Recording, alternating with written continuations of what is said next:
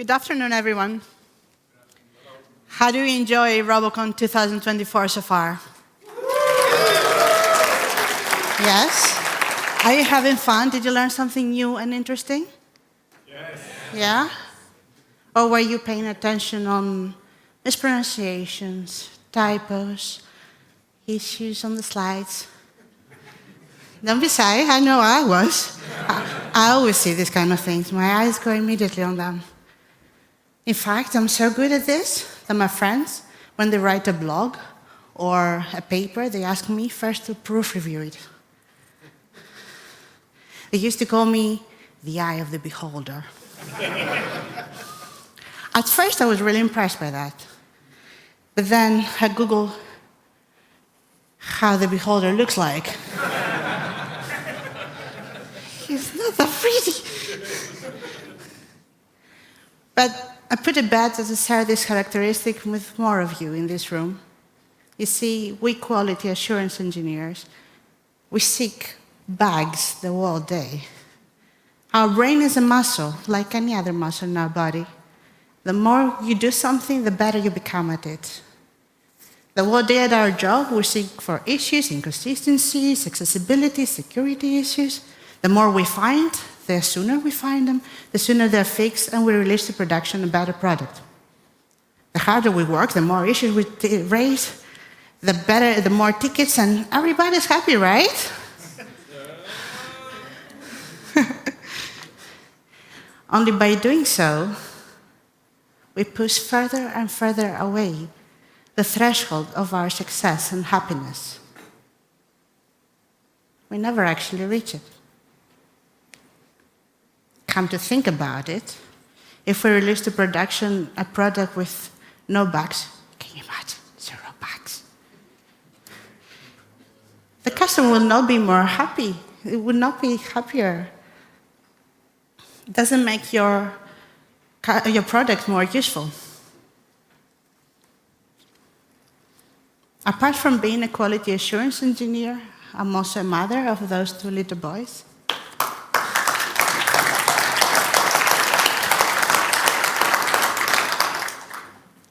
I've added this photo here to honor this little guy that turned today 1 year old.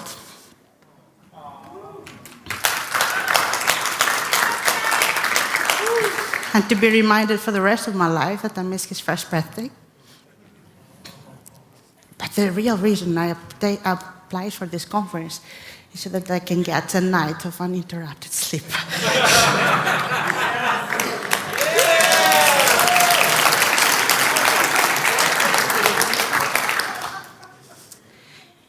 You see, a day of my life looks like that.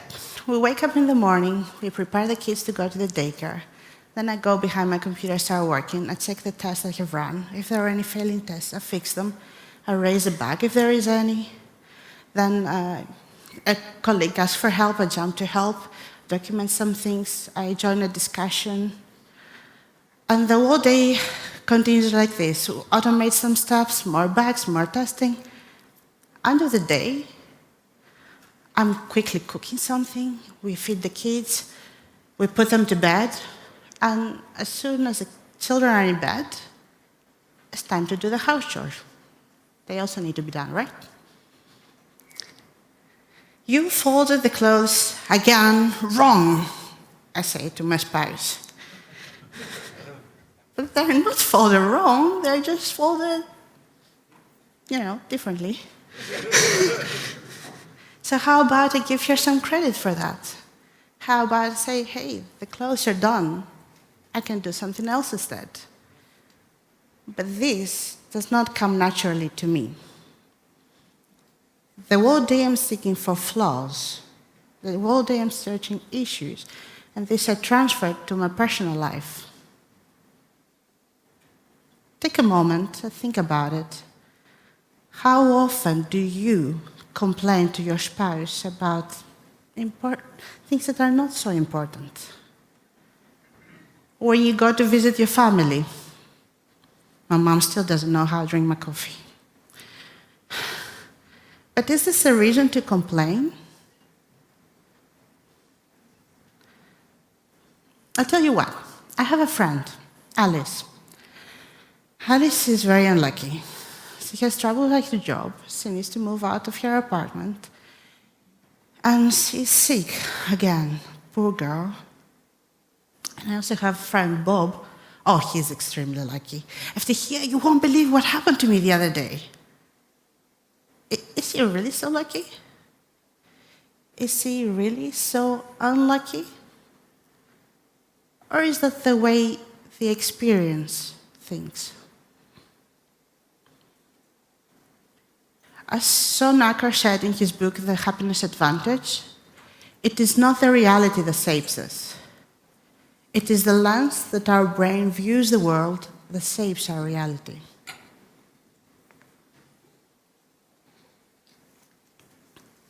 Research has found that only 25% of job success can be predicted by somebody's IQ.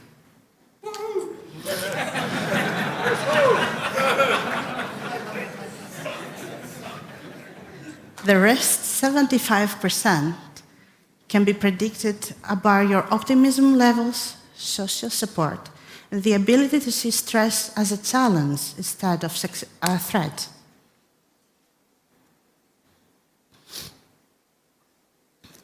How about I tell you, you can do a lot more just by starting your day with a smile.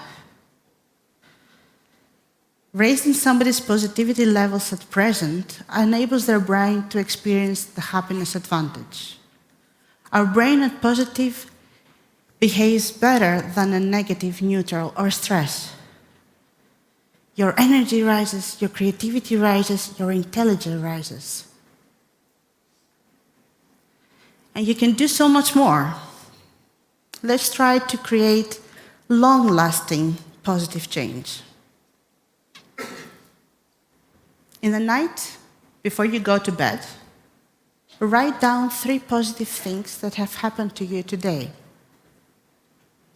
Like, for example, for me today, I had very nice chats during the breaks. I tasted in the morning breakfast a very tasty Finnish Karjalan piranka.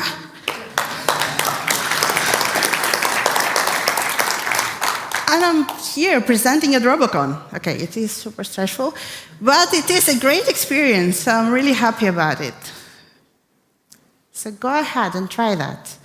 Research has found that if you do this for 21 consecutive days, it enables your brain to seek for positive first than negative. Try journaling. Writing down a positive experience that has happened to us the last 24 hours enables our brain to relive it. Every day we have a stand-up with our colleagues. Either we gather in one room together, or we jump in a call, or we post a Slack message and arrange, you name it. Try to focus on the positive things that have happened. I raised the pull request for my tests. I only had a day of meetings and discussions, but they were useful discussions.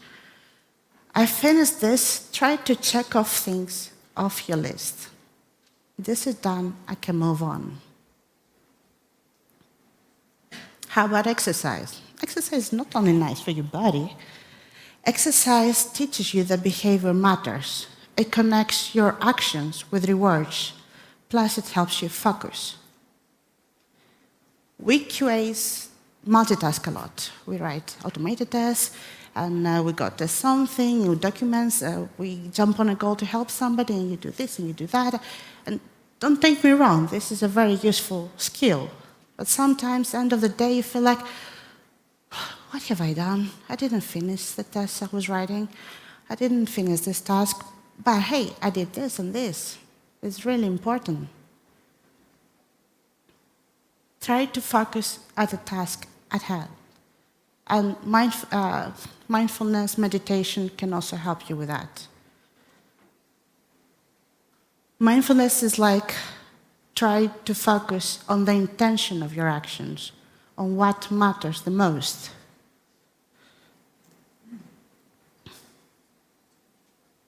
When I need to code a solution to a problem, I don't just start coding. I think about it first. I'm trying to think what is the most effective way to solve this problem. I do the dishes, I think about it. Do the clothes, I think about it. Even I go to bed and I still think about it. But when I go to pick up my kids, just a minute before I enter the door at the daycare, I take a breath, I empty my head, job is aside, tomorrow is a new day. Right now, my intention is to connect with my children. I'll go in and I say, hey, how was your day? Was it fun? What's the scratch on your head? Try to focus on what matters most. We quality assurance engineers, we collaborate closely with developers, product owners, UX designers. And we not only see bugs and issues the whole day, but we also see at first hand a lot of great things that are happening. How a developer solved a problem, how they organized an event, how a useful discussion was raised, and praise them. Hey, thank you for doing this. Thank you for taking this off my plate, I can do something else. Hey, you did a great job out there, you should do more of this. Send a Slack message, send an email, be vocal, dare to be vocal. It will help so much more, and it will make you feel good. Hopefully, with those steps, we can reverse the formula, and we can allow ourselves to have success and happiness. Thank you.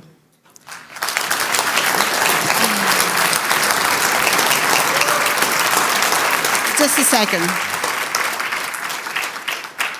If you like my presentation, please scan the QR code and send me your feedback.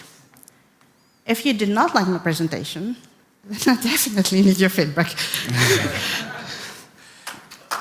Thank you, FT here. Questions?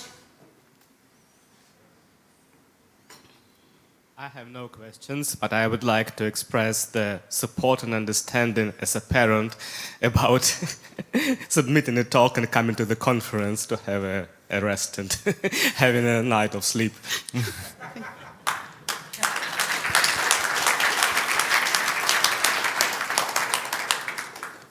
There's at least one question there in the back.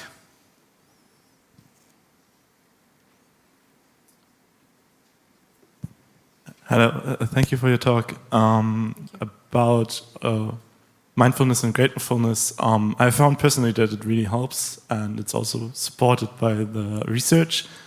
But connecting back to the stand-up comedian talk, I've also found myself in the situation that connecting via not misery but mishaps and stressful situations, that's like a connecting factor. And I wanted to pick your brain about how do we connect those, like be vulnerable and be honest about like pressure and difficult situations for connection, while also being grateful for the things we have.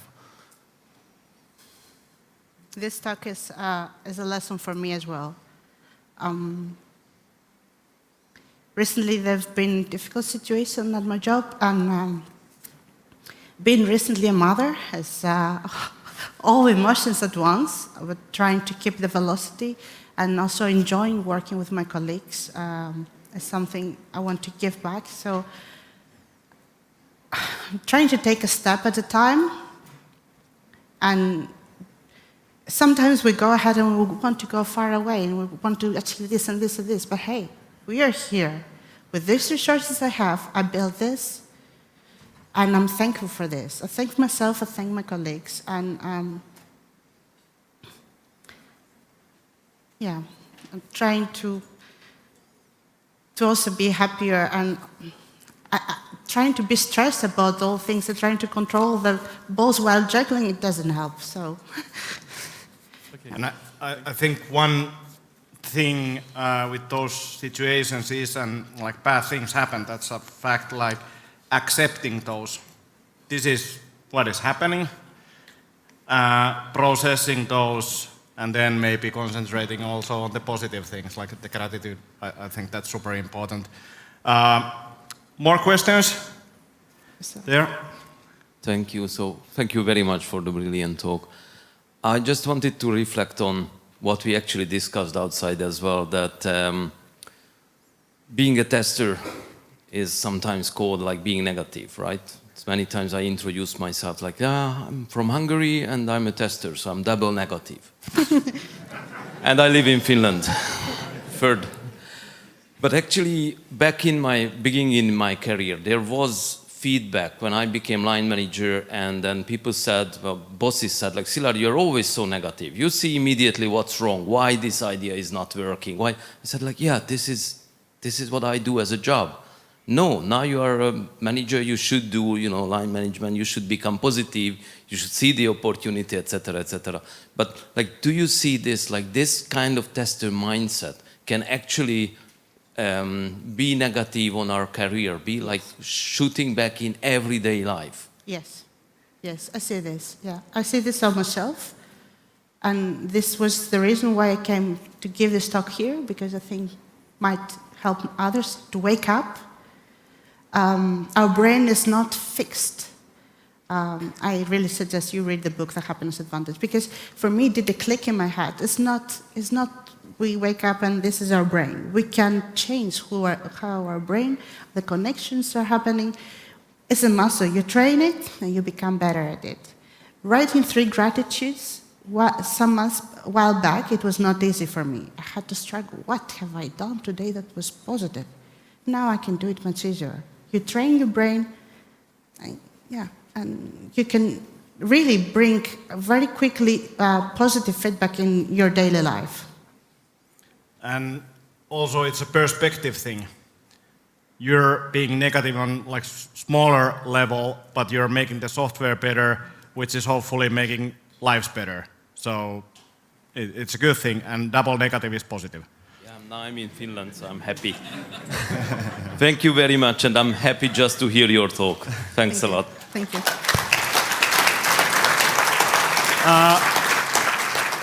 One question about the meditation. There are different kind of ways of meditating.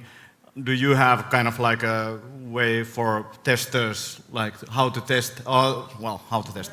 try meditation? What is there something that you suggest that, okay? I often find my job while I'm working, that when I have a meeting in a few minutes and I try to finish something, that my heartbeat is very quick.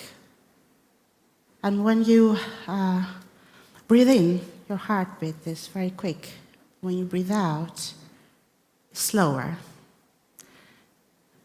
You breathe in a lot of stress, but try to breathe in calmness and breathe it out. This is much you can do. Try to relax. And then it helps clear my mind, and then I can focus. When I'm stressed, I cannot focus. I'm doing everything half. Everything half is nothing. Try to finish one thing complete. It will feel so much better. Thank you, FT here.